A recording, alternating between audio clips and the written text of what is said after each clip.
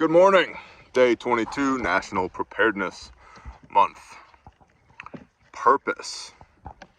I know, isn't it slightly obnoxious when we don't just talk about 12 things to buy to put in your bug out bag? I hate it, Bear, when you make me think. Well, if you're not good at thinking, you're not going to survive very long anyway, because most of the people who are prepping are basically going to become epic loot drops for the people that can cobble together more than 4 brain cells to survive the end of the world as we know it. So, thinking is it's pretty important. It's kind of one of the major things that separates man from beast, huh? So, what is your purpose? Story time. I was in South Texas, Kingsville, Texas, which is near the King Ranch, which is its own county. Which, if you've ever had a Ford F-250 XLT Lariat 4x4 with the leather seats, that's where the leather came from. There's a little bar there called the Country Luau.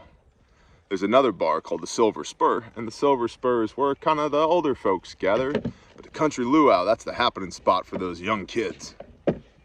So I was in there. We just got into sight. We were putting up some wind turbines down there in the King Ranch and the Kennedy Ranch. Gulf Wind. Yeah, Gulf Wind, is that the name of that project?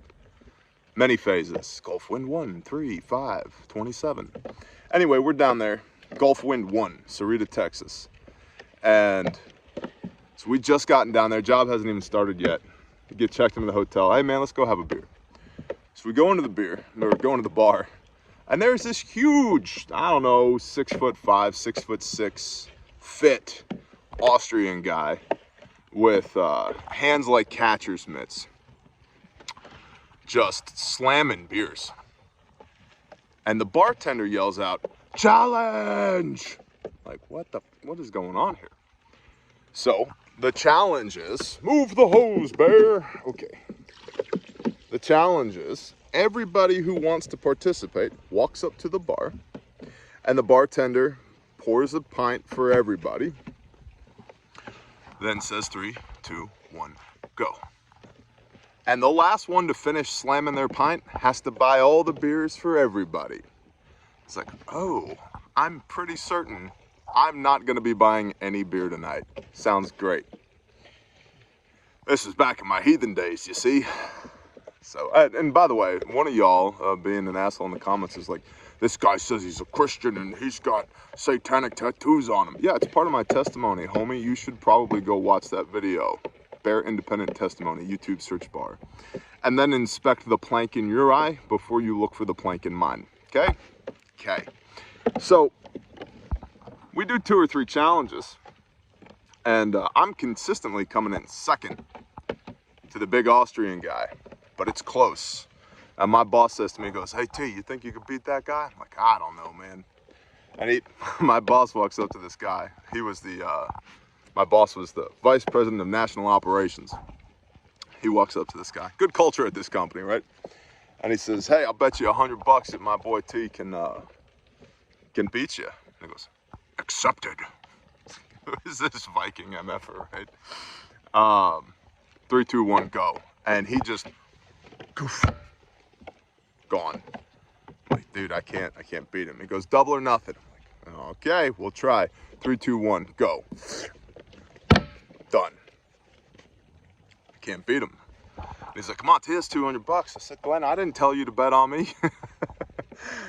And so Glenn ended up paying this guy $200. And so we get to talking. And the point of this is this big Austrian dude looks at me and goes, "What is your purpose here?" Half slammed. His name was Klaus, by the way. Yeah, typical. Great guy, though.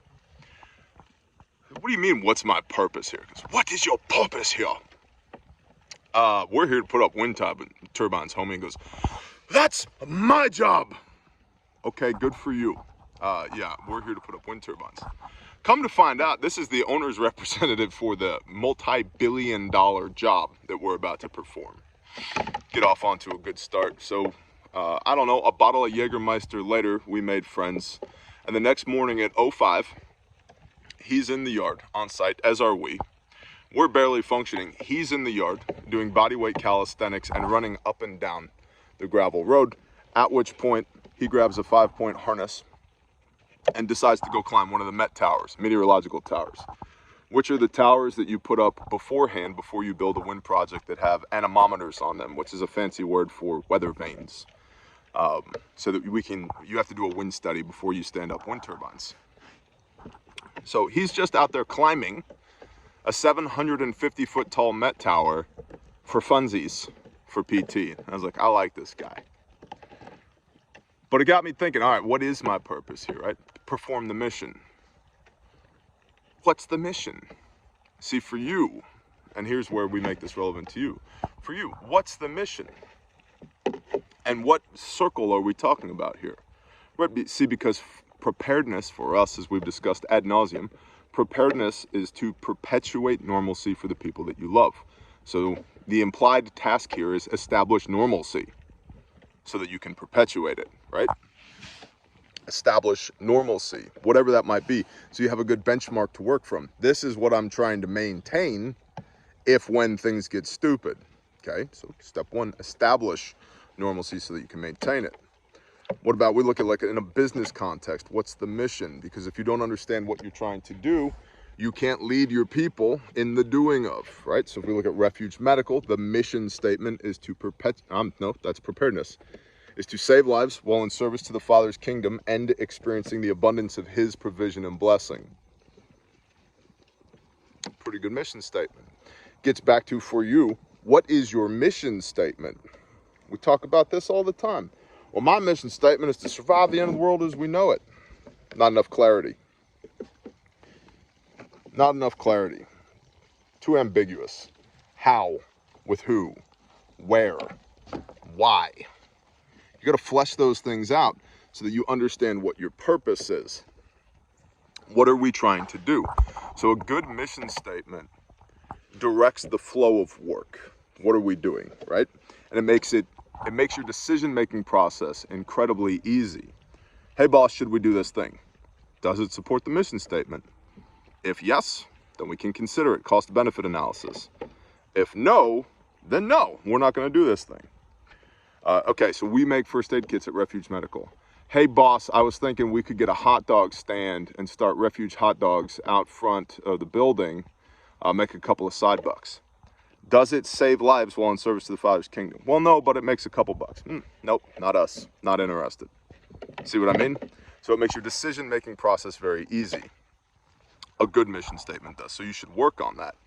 The doing of that mission statement informs your sense of purpose to perpetuate normalcy for the people that we love. Why am I doing this? To perpetuate normalcy for the people that I love. How big is that circle of people that you love? Is it your wife and kids? It ought to be. Is it your faith group? Hopefully it is. Hopefully you love those people. Is it your mutual assistance group? The people that hopefully you're doing life with, more than just when the world ends, we're all going to come together, because we beat this dead horse all the time, but some of y'all just don't get it.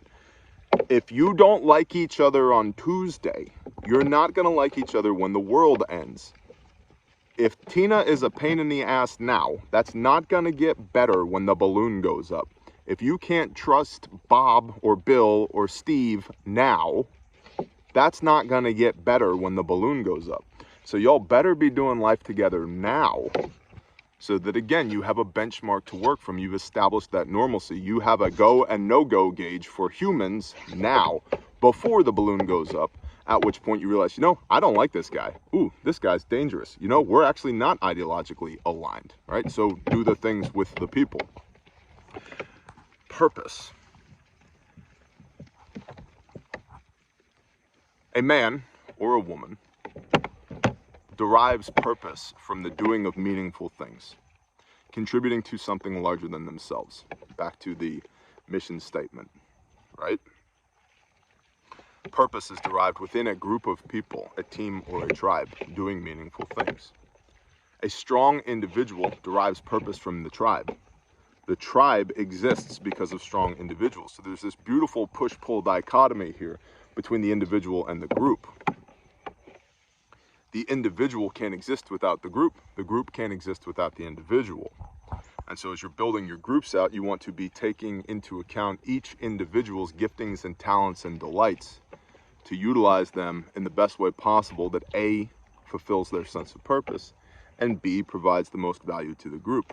Because if it's most valuable for them to be a sheep herder, but it in no way fulfills their sense of purpose, they're gonna leave. And if it's most valuable for them to,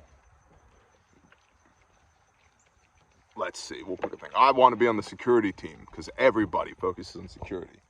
I need to be on the security team. Cool, you and everybody else, right? Well, I got a rifle and a plate carrier. Cool, you and everybody else. Commoditized. Security is commoditized. Or at least you should get your group to the point that security is commoditized. But my gifting is I'm security. Okay, well, we already have 14 of those people, so I'm going to need you to dig potatoes today, right? So if what's useful to the group is different than what fulfills the purpose of that individual, now the group doesn't benefit from that person's involvement. So there's a balance there. Okay, you're security, 5 shifts a week, but when you're not on security, you're digging potatoes 5 shifts a week. Well, Bear, that's 10 shifts. It's only 5 shifts in a week. No, there's a 5 shift in your 40-hour work week here under the guise of the system. When the balloon goes up, we all gonna be working our butts off. Ask me how I know. We're already doing it, building our own systems now, so that hopefully we notice as little as possible when the system collapses. So purpose is super important. What is your purpose? Your homework today on your lunch break, sit down, bust out a piece of paper, and ask yourself a handful of questions. What is my mission statement? What am I trying to accomplish? Literally write this down, okay? Write this down. What am I trying to accomplish? How am I trying to accomplish it? Who am I trying to accomplish it with? Why am I trying to accomplish this? Why? And when? What's my time frame?